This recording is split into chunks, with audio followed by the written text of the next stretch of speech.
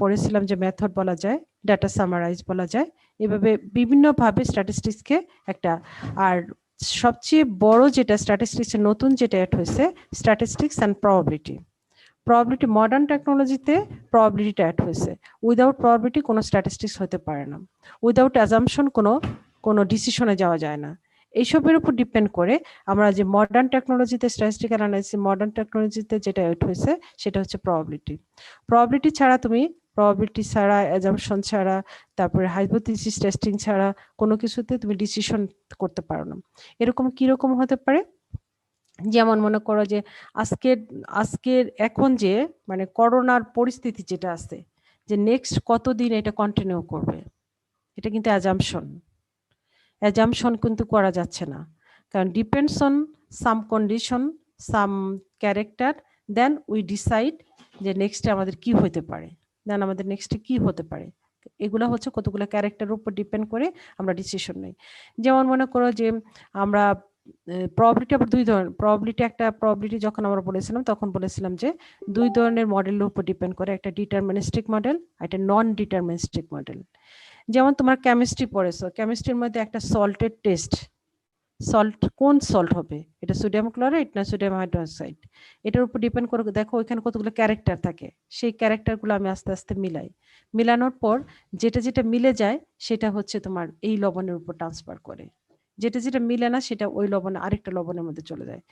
এটা হচ্ছে তোমার নন ডিটারমিনিস্টিক মডেল, কতগুলা কন্ডিশনের উপর ডিপেন্ড করে সে অ্যাজাম্পশন হয় যে এটা হচ্ছে এই লবণ। আর ডিটারমিনিস্টিক মডেল হচ্ছে যেটা হচ্ছে তোমার দেওয়া থাকবে গিভেন ভ্যালু, যেমন ফর এক্সাম্পল তুমি 5 জন স্টুডেন্টের তুমি মার্কস দেওয়া আছে, তাদের অ্যাভারেজ বের করবা, অথবা একটা গাড়ির স্পিড বের করবা, গাড়িটা আগে চলতে হবে, চলার পর কতটুকু 1-2 কিলোমিটার যেতে তার স্পিডটা কেমন ছিল সেটা তোমার বের করতে হবে, এটাকে বলা হয় ডিটারমিনিস্টিক মডেল। আর নন ডিটারমিনিস্টিক মডেল হচ্ছে যেটা গিভেন কিছু অ্যাজাম্পশন উপর ডিপেন্ড করে আমি ডিসিশন নেব যে এই কাজটা এরকম হবে অথবা এরকম হওয়া উচিত। এবং স্ট্যাটিস্টিক্স হচ্ছে ওই জিনিসটা। আর তোমাদের কম্পিউটার সায়েন্সে উইদাউট প্রবাবিলিটি তোমার কোনো ডিসিশনে হতে পারে না।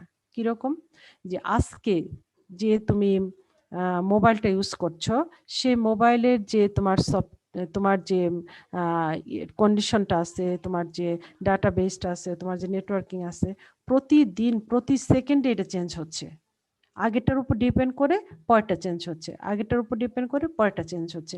এই যে চেঞ্জ হচ্ছে মানে বেস করে আরেকটা চেঞ্জ হচ্ছে, এটাও কিন্তু প্রবাবিলিটি।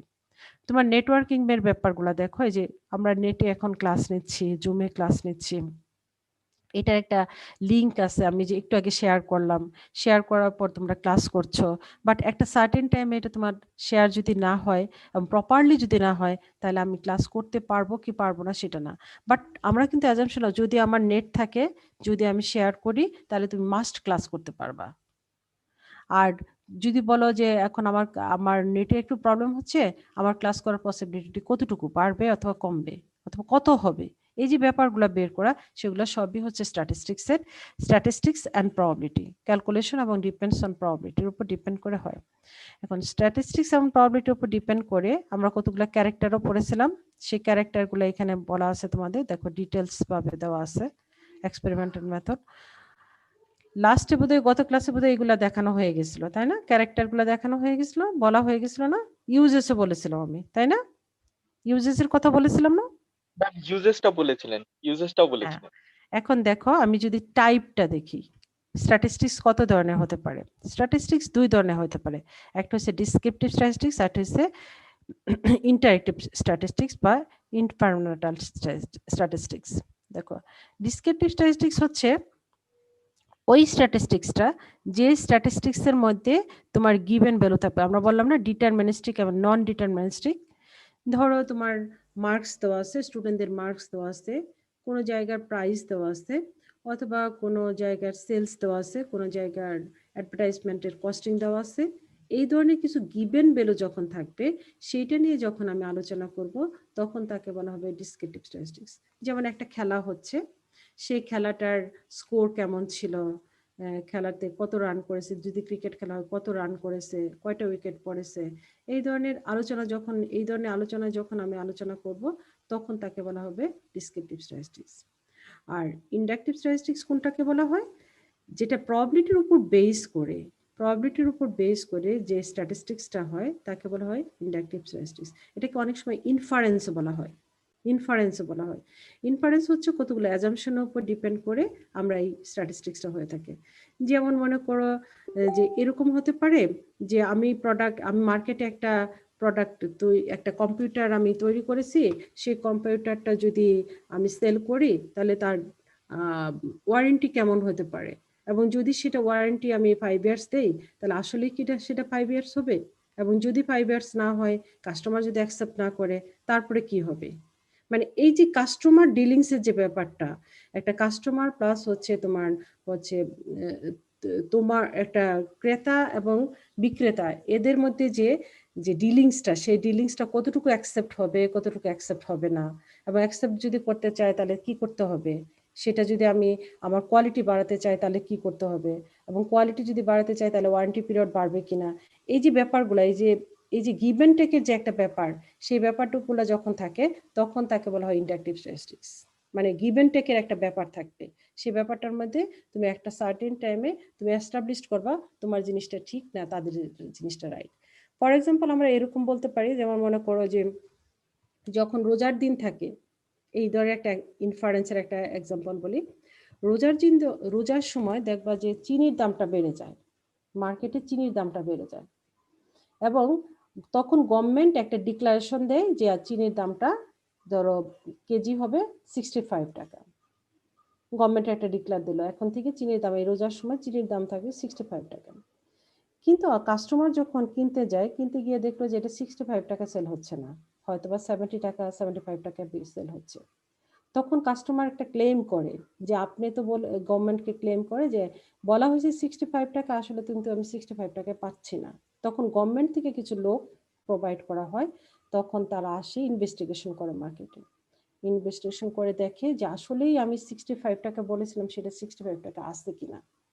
যদি না থাকে তাহলে আসলে যে এটা ক্লেম করেছে তার কথা রাইট না গভর্নমেন্টের কথা রাইট। এটা আমি গভর্নমেন্টে চলে যাবো, এটা কোম্পানি হয় সাধারণত, কার কথা রাইট। সেই রাইটটা যখন আমি এস্টাবলিশ করতে চাই তখন কিছু লজিক আসে, সেই লজিকের উপর ডিপেন্ড করে এস্টাবলিশ করতে হয়। এই যে ব্যাপারগুলা গিভ এন্ড টেকের যে ব্যাপারগুলা, সেই ব্যাপারগুলাই হচ্ছে তোমার ইন্ডাকটিভ স্ট্যাটিস্টিক্স অথবা ইনফারেন্স বলা হয়। এইগুলো ইনফারেন্স বলা হয়। এখন এগুলা হচ্ছে তুমি যদি বলো যে এগুলো তো পুরোটাই মার্কেটিং এ চলে গেলো, তাহলে আমার ব্যাপারে, আমি তো কম্পিউটার সায়েন্সে পড়ছি, তাহলে আমি কেন এটা পড়বো, আমি এই ডিসিশন মেকিং এ কেন যাব। এখন তোমার ডিসিশন মেকিং হচ্ছে তুমি একটা সফটওয়্যার তৈরি করলা, সেই সফটওয়্যারটা একটা রান করতে হবে, সেই সফটওয়্যারটা যদি রান করে তাহলে তোমার তোমার তোমার কি কি কন্ডিশন আছে, যদি রান না করে তাহলে কি কি কন্ডিশন আছে। এই যে কন্ডিশনের যে ব্যাপারগুলো, সেগুলোও কিন্তু তোমার ইনফারেন্সের উপর ডিপেন্ড করা হয়। উইদাউট ইনফারেন্স সেগুলো কোনোদিন হয় না। আর এখন যে কম্পিউটার সায়েন্স থেকে পাশ করবে সে শুধু প্রোগ্রামিং করবে, সে প্রোগ্রামিং গুলা করার পর সেটা মার্কেটিং হবে না, সেটা কিন্তু হয় না, সেটাও কিন্তু করতে হবে। শুধুমাত্র এখন শুধু পাশ করে আমি আমার কোডটা লিখে দিব আর কোডটা সবাই নিয়ে নেবে তা কিন্তু না, সেই কোডটা এস্টাবলিশ করার জন্য কিন্তু যে কাজগুলো সেগুলোও করতে হবে। সেগুলো যদি না করো তাহলে কিন্তু তুমি ভালো প্রোগ্রামার না। কারণ তোমার প্রোগ্রামার, তুমি ধরো মিনা বাজারের জন্য একটা প্রোগ্রামিং কোড লিখেছো, তাদের যে প্রোডাক্ট আছে সেই প্রোডাক্টগুলো কিরকম ভাবে চলবে, কি কি প্রোডাক্ট আছে, কোন প্রোডাক্ট এড করলে কি করতে হবে, কোন প্রোডাক্ট বাদ দিলে কি করতে হবে, এবং সেই প্রোডাক্টটা যে আমি সফটওয়্যারটা তৈরি করছি সেই সফটওয়্যারটা যদি ফ্রেন্ডলি করতে চাই তাহলে কি কি হওয়া উচিত। এই যে ব্যাপারগুলা, এই যে সেন্সগুলা, সেগুলা কিন্তু তোমার প্রোগ্রামিং কোডের যারা লিখে তাদেরকে মাথায় ঢুকাতে হবে, ঢুকাইয়া কিন্তু কোডটা লিখতে হবে।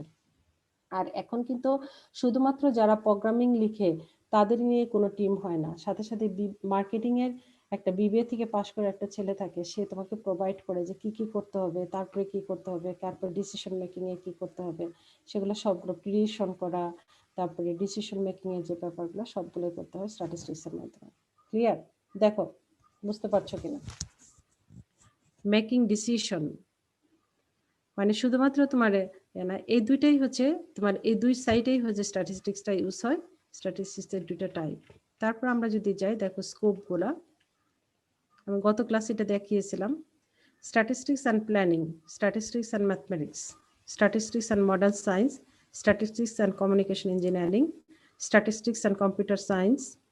তোমরা একটু দেখে নাও, দেখো তোমরা স্ট্যাটিস্টিক্স অ্যান্ড ইকোনমিক্স। ইকোনমিক্সের যে ব্যাপারগুলো দেখো এখানে, কম্পিউটার সায়েন্সের যে ব্যাপারগুলো এখানে আছে, যে মডার্ন সায়েন্সেও তোমার স্ট্যাটিস্টিক্স, তারপর statistics and communication engineering, statistics and computer science. Computer সায়েন্সে দেখো এখানে যেটা বলছে যে recognition, vision, image analysis, data compression, artificial ইন্টেলিজেন্সি, network, traffic modelling, এগুলো সবগুলো কাজে স্ট্যাটিস্টিক্স ইউজ হয়। দেখো রোবট তৈরি করা, যেটা আর্টিফিশিয়াল ইন্টেলিজেন্সি যেটা তোমাদের আছে, তারপর হচ্ছে নেটওয়ার্কিং, এগুলো সব কিছুতেই তোমার হচ্ছে স্ট্যাটিস্টিক্সটা ইউজ হয়। ডাটা মাইনিং, দেখো প্রত্যেকটা হচ্ছে তোমাদের টার্ম, সবগুলোতে স্ট্যাটিস্টিক্স ইউজ করা হয়। উইদাউট স্ট্যাটিস্টিক্স, তারপরে আন্ডারস্ট্যান্ডিং দ্য অ্যালগোরিদম, অ্যালগোরিদমের আন্ডারস্ট্যান্ড করতে হলেও সেটার জন্য তোমার স্ট্যাটিস্টিক্স দরকার। তুমি দেখো একটা প্রোগ্রামিং কোড, তুমি যে ফ্লো চার্টটা লিখো, সে ফ্লো চার্টটা দেখো, তুমি ফ্লো চার্টের যে স্ট্রাকচারটা, প্রথমে কি তোমার ইনপুট দিতে হবে, তারপরে মাঝখানে হচ্ছে প্রসেসিং করতে হবে, তারপরে আউটপুট হবে, পুরাটাই হচ্ছে স্ট্যাটিস্টিক্স, মানে ওখান থেকেই কিন্তু আসছে পুরাটাই। আর স্ট্যাটিস্টিক্সে যে ম্যাথমেটিক্স গুলো ইউজ করা হয়, তোমার মনে করো x square plus y square is equal to 2, mathematics আমি তোমাকে বলছি, দেখো x square plus y square equal to 2, এটা কি হচ্ছে, একটা ইকুয়েশন, এটা আমরা বলি ম্যাথমেটিক্স, তাই না? যদি এই ইকুয়েশনটার রাইট সাইড এবং লেফট সাইডটা সমান হইতে হয়, তাহলে কি হবে, এক্স এর ইনপুট দিতে হবে, ওয়াই এর ইনপুট দিতে হবে। কি ধরনের ইনপুট দিতে হবে, যে ইনপুটটা দিলে লেফট সাইড রাইট সাইডে যে ট্রু আছে সেটা হবে। দেখো তো, ক্লিয়ার করো তো, চিন্তা করো তো ব্যাপারটা। আমার কথা কি শুনতে পাচ্ছ তোমরা? Hello, x square plus y square equal to 2, তুমি ব্যাপারটা পুরোটা চিন্তা করো, একটা ইকুয়েশন, রাইট সাইড এবং লেফট সাইডটা সমান হইতে হবে। আমি পড়ছি হচ্ছে স্ট্যাটিস্টিক্স, এবং আমি বলতেছি যে এখানে স্ট্যাটিস্টিক্স ইউজ হচ্ছে। কিভাবে ইউজ হচ্ছে তুমি দেখো, এক্স এর এমন একটা মান লাগবে, ওয়াই এর এমন একটা মান লাগবে, আমি যদি 5 দিই 7 দিই তাহলে কি হবে, হবে? আমি একটা এক্স এর মান দিলাম 5 আর ওয়াই এর মান দিলাম 7, তাহলে কি 2 আসবে? না ম্যাম। তাহলে এখানে দেখো একটু সর্ট আউট করতে হবে, চিন্তা করতে হবে, তোমার ইনপুটটা দেওয়ার জন্য অ্যানালাইসিস করতে হবে যে আমি কোন মানটা দিলে আমার রাইট সাইডে ট্রু হবে। প্রথমে আমি কিছু ইনপুট দিচ্ছি, ইনপুট দিলে সেটাকে আমি সর্ট আউট করতে হবে, সর্ট আউট করে ওইসব মান নিতে হবে যে মানগুলা দিলে তোমার রাইট সাইডে ট্রু আসবে, আদারওয়াইজ কিন্তু আসবে না। তার মানে দেখো এই যে পুরোটা কনসেপ্টই কিন্তু স্ট্যাটিস্টিক্সের কনসেপ্ট। প্রথমে আমি ইনপুট দিলাম, দেওয়ার পর আমি অ্যানালাইসিস করলাম, অ্যানালাইসিস করার পর আমি পারফেক্ট যখন হবে যে আমার এই ইনপুটটাই আসল, তখন আমি রেজাল্ট পাবো, আদারওয়াইজ পাবো না পুরোটা। তারপরে তোমরা দেখো যে সবচেয়ে বেশি যেটা ইমপ্লিমেন্ট হয় ম্যাথমেটিক্সের যেটা, সেটা হচ্ছে তোমার হচ্ছে যে সিম্পলিফিকেশন, সরল অঙ্ক। সরল অঙ্ক করেছো তোমরা? হ্যাঁ, জি ম্যাম।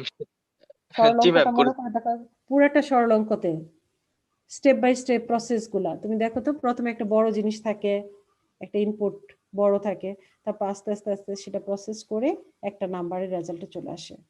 এবং তুমি যদি এটা তোমার প্রোগ্রামিং কোডের সাথে চিন্তা করো তাহলেও কিন্তু একই, প্রোগ্রামিং যে ফ্লো চার্টটা চিন্তা করো, সেই ফ্লো চার্টটাও কিন্তু একই। এবং সবচেয়ে মজার এবং ইন্টারেস্টিং এবং অনেক কিছু এক্সাম্পল, অনেকের এক্সাম্পল এই সিম্পলিফিকেশন, সরল অঙ্কটা দেখো। তোমরা যে সায়েন্সে পড়ো, সায়েন্সের যে সাবজেক্টগুলো আছে, সায়েন্সের যে রেজাল্টটা আমরা যার জন্য ওয়েট করি, আমরা যদি বলি যে 2 আর 2 মিলে 4 হয়, অথবা 4 আর 6 মিলে 10 হয়, এই যে ব্যাপারগুলা, এগুলো সবগুলোই কিন্তু তোমার একদম, তুমি যদি চিন্তা করো স্টেপ বাই স্টেপ চিন্তা করো, তোমার প্রোগ্রামিং যে কোডটা লেখো, ফ্লো চার্টটা লেখো, সেটার মতোই। আগে কিন্তু ম্যাথমেটিক্স, পরে কিন্তু প্রোগ্রামিং কোড, এবং সাথে সাথে কিন্তু স্ট্যাটিস্টিক্স। ব্যাপারগুলো হচ্ছে এরকম, স্ট্যাটিস্টিক্স এর ব্যাপারগুলো হচ্ছে এরকম। দেখো এখানে ম্যাম, কম্পিউটার, প্রোগ্রামিংটা তো হচ্ছে একটা ওয়ে, সেই ওয়েটার মাধ্যমে ম্যাথমেটিক্যাল সাইডটাকে ইমপ্লিমেন্ট করা হচ্ছে, মানে যন্ত্রটাকে বোঝানো হচ্ছে, তো তাই অবশ্যই তো কি? আগে ম্যাথমেটিক্স আসবে। হ্যাঁ তুমি আগে তাই যদি তাই হয় তাহলে দেখো সাথে সাথে তুমি যদি প্রসেসটা যদি না জানো, এখন আমরা এতদিন পড়তাম যে আমরা প্রসেস জানি করে নিচ্ছি, কিন্তু আমি যদি ডিফিনিশন অফ স্ট্যাটিস্টিক্স বলি তাহলে পুরোটাই কি, প্রসেসটাই কি স্ট্যাটিস্টিক্স, প্রসেসটা জি ম্যাম। প্রসেসিংটা প্রসেস। প্রসেসিং প্রসেসিংটা স্ট্যাটিস্টিক্স না। ইনফরমেশন, তুমি ইনফরমেশন যদি না দাও স্টেপ বাই স্টেপ, তুমি কি একটা রেজাল্ট পাবা? অবশ্যই না। এই তো সেটাই হচ্ছে, তার মানে কি হচ্ছে, প্রথমে হচ্ছে আমার ম্যাথমেটিক্সটাকে যদি আমি ইমপ্লিমেন্ট করতে চাই সেটা হবে আমার কম্পিউটার প্রোগ্রামিং কোড। যদি ওই কোডটাকে আমি রেজাল্ট পেতে চাই, অ্যাকুরেট রেজাল্ট পেতে চাই, তাহলে হবে আমার পুরোটা প্রসেসিংটা হবে স্ট্যাটিস্টিক্স। ব্যাপারটা হচ্ছে এইরকম, একটা আরেকটার সাথে রিলেটেড। এখন আমি কম্পিউটার সায়েন্স পড়ি বলে আমি স্ট্যাটিস্টিক্স পড়বো না এবং স্ট্যাটিস্টিক্স সম্পর্কে জানবো না, তাহলে কিন্তু হবে না, আমার মনে হয় হবে না। এখানে আমরা যে টার্মগুলো পড়লাম, দেখো যে ব্যাপারগুলো আমরা দেখলাম, মানে স্ট্যাটিস্টিক্সের, দেখো প্রত্যেকটা এই যে আমাদের কম্পিউটার সায়েন্সের যে টার্মগুলো, এই টার্মগুলো তখনই আমার জন্য ক্লিয়ার হবে যখন আমি স্ট্যাটিস্টিক্সের টার্মগুলো ভালো জানি, এবং অন্য কিছুই দরকার নেই, শুধুমাত্র আমি ডিফিনেশনটা জানি, তাহলেও আমার জন্য সহজ ব্যাপারগুলা। তারপরে দেখো স্ট্যাটিস্টিক্স অ্যান্ড ইকোনমিক্স, আমি সবগুলো দেখাচ্ছি না। Statistics and business, statistics and বিজনেসের মধ্যে যেটা আছে মার্কেটিং, প্রোডাকশন, তারপর ফিনান্স,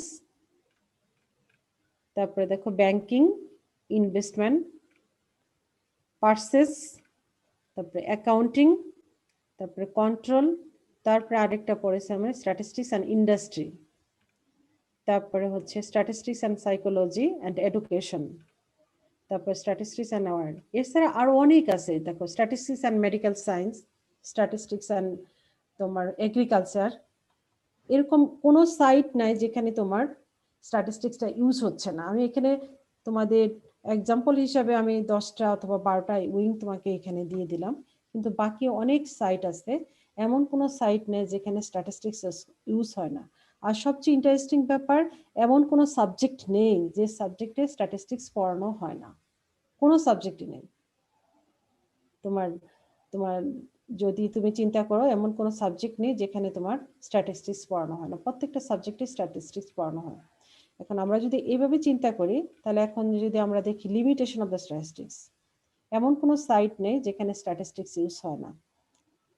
ওটার উপর ডিপেন্ড করে এখন আমরা বলতে পারি পলিটিক্সের মধ্যেও তোমার স্ট্যাটিস্টিক্স ইউজ হয়, ইকোনমিক্সের মধ্যেও স্ট্যাটিস্টিক্স ইউজ হয়, তারপর হচ্ছে এগ্রিকালচারে ইউজ হয়, তারপর হচ্ছে মেডিকেল সায়েন্সে ইউজ হয়। এমন কোনো সাইট নেই যেটা হচ্ছে স্ট্যাটিস্টিক্সটা ইউজ হয় না।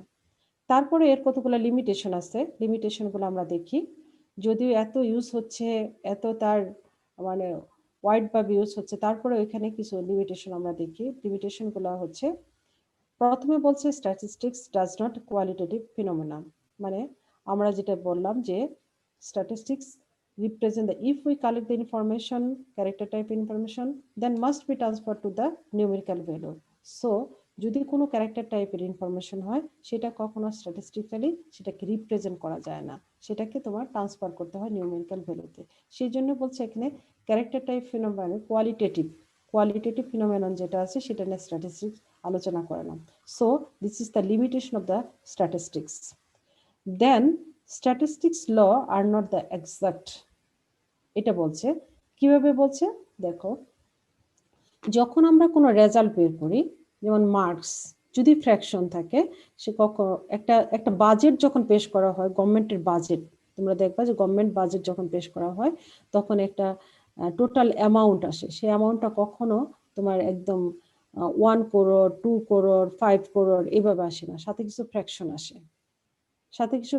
আসে, ফ্র্যাকশনগুলোর উপর ডিপেন্ড করে তারা ডিসিশন নেয়।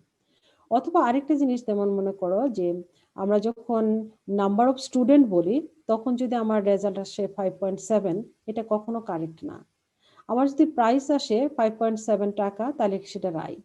এই যে বিভিন্ন ধরনের আমার ডিসিশন মেকিং এর যে ব্যাপারগুলো আছে, সেখানে দেখা যায় কখনো কখনো এটা এক্সাক্ট একটা ফিগার দেখাইতে পারে না, কিছু কিছু সময় এটা মিস আন্ডারস্ট্যান্ডিং হয়। যেমন আমি যদি ক্যালকুলেটরে যোগ করি, আমার ফ্র্যাকশন নাম্বার ক্যালকুলেটরে যোগ করি, ক্যালকুলেটরে থাকে হচ্ছে 8টা ডিজিট, আমি যখন লিখি তখন লিখি 3টা ডিজিট, এই যে কিছু প্লাস মাইনাস আমাদের প্রবলেম হয়, সেই প্রবলেমগুলোকে কখনো এক্সাক্ট একটা মান হিসেবে কাউন্ট করা যায় না। এটাই বলছি তোমাকে আন্ডারস্ট্যান্ডিং এ এটা কখনো করা যায় না।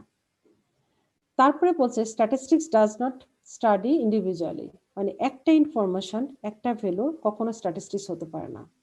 যখন আমি এখন যদি তোমাদেরকে তোমার কোঅর্ডিনেটর জিজ্ঞেস করা হয় যে তোমাদের ক্লাস এখন হচ্ছে কেন, যদি এটা জিজ্ঞেস করা হয় তাহলে কিন্তু একটা না, তিনটাই হয় নাই, তাই এখন হয় নাই, কেন হয় নাই, কিসের জন্য হয় নাই, কে বলেছে, এই যে ব্যাপারগুলা অনেকগুলা ইনফরমেশন চলে আসে। তাই একটা ইনফরমেশন একজন পার্সন কখনো স্ট্যাটিস্টিক্স হতে পারে না।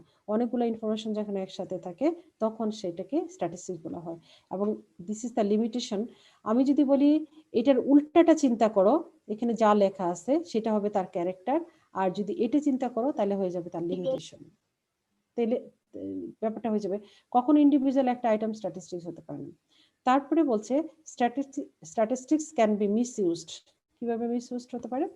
আমরা যখন স্ট্যাটিস্টিক্স এর ডেফিনিশন পড়লাম তখন আমরা বললাম statistics first we collect the information, then analysis and then get a result, and all the process is called the statistics.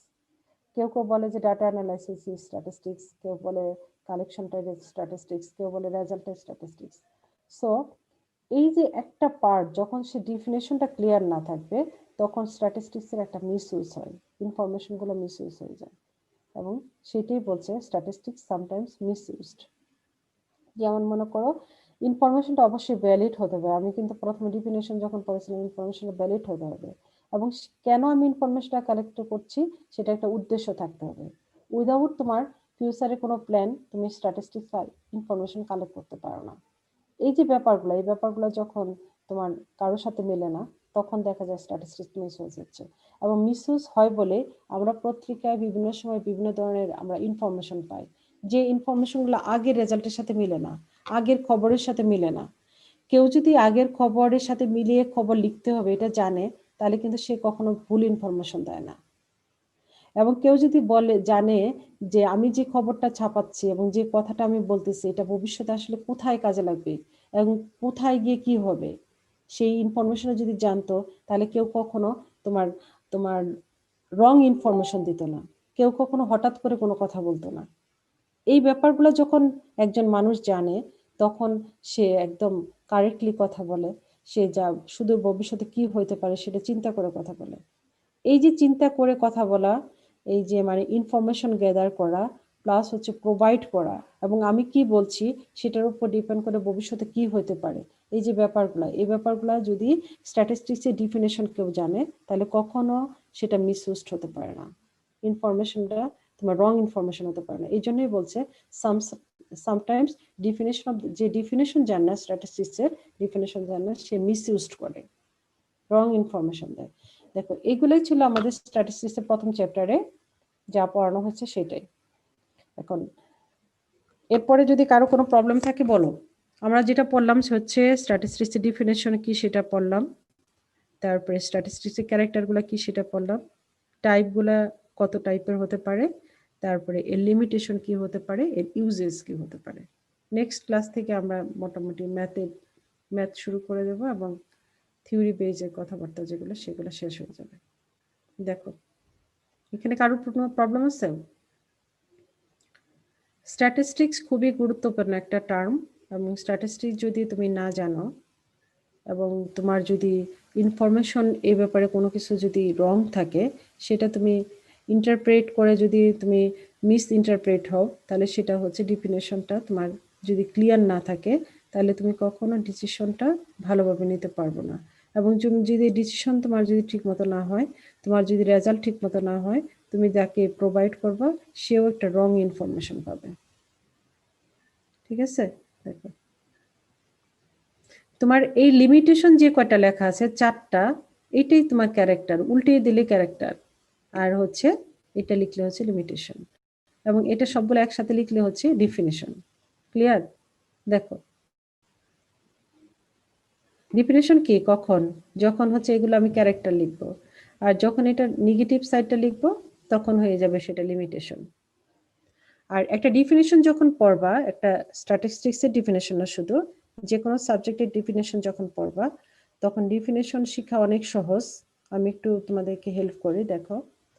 যখন ডেফিনেশন গুলা পড়বা সেই ডেফিনেশনে কতগুলা সেন্টেন্স থাকে, সেই সেন্টেন্স গুলা যখন তুমি আলাদা আলাদা ভাবে লিখবা, ধরো 5টা সেন্টেন্স আছে, সেই 5টা সেন্টেন্স যখন আলাদা আলাদা ভাবে লিখবে তখন হয়ে যাবে সেটা ক্যারেক্টার। যখন সেটা তুমি একসাথে লিখবা তখন হয়ে যাবে সেটা ডেফিনেশন। আর যখন এটা তুমি আরেকটা ওয়ার্ডে আরেকটা তোমার টপিকস এর সাথে কম্পেয়ার করবা, তখন পাশাপাশি লিখবা, তখন হয়ে যাবে ডিফারেন্স। ক্লিয়ার? দেখো, যে কোনো ডেফিনেশন। তোমাদের কোনো প্রবলেম থাকলে বলো, টাইমটা শেষ হয়ে যাচ্ছে। কোনো প্রবলেম আছে? কথা বলছো না কেন তোমরা? আসসালামু আলাইকুম মিস। হ্যাঁ, প্রবলেম থাকলে বলো, কোনো কথা থাকলে বলো। ম্যাম, আমাদের ফার্স্ট চ্যাপ্টারের যে আমরা এই দুইটা ক্লাসে যা যা পড়লাম এগুলার স্লাইড গুলা কি গুগল ক্লাসরুমে কি আপনি দিয়ে দিবেন? হ্যাঁ হ্যাঁ, আমি দিয়ে দেবো। আমি তোমাদেরকে শেয়ারও করতে পারি। তা ওই কে যেন তোমাদের তোমাদের কাকে দিতে হবে বলো? গুগল ক্লাসরুমে দিতে হবে না কাউকে শেয়ার করলে দিলে সে ইয়ে করে দিতে পারবা? ম্যাম, ক্লাস আমি বলো। আমি টিকলি আমার কাছে দিয়ে দিলে আমি শেয়ার করে দিব আচ্ছা, আমি সবাইকে। তোমাকে দিয়ে দিচ্ছি, আমি দিয়ে দেবো। হ্যাঁ, দিয়ে দেবো, আজকে দিয়ে দেবো, আজকের ক্লাসে দিয়ে দেবো, থ্যাংক ক্লাস শেষ করে দিয়ে দেবো। Thank you ma'am. আর আমি পার্সেন্টেজটা কখনো কখনো নিব, আর যদি না নেই তাহলে আমাকে একটু লিখে দিবা, ঠিক আছে?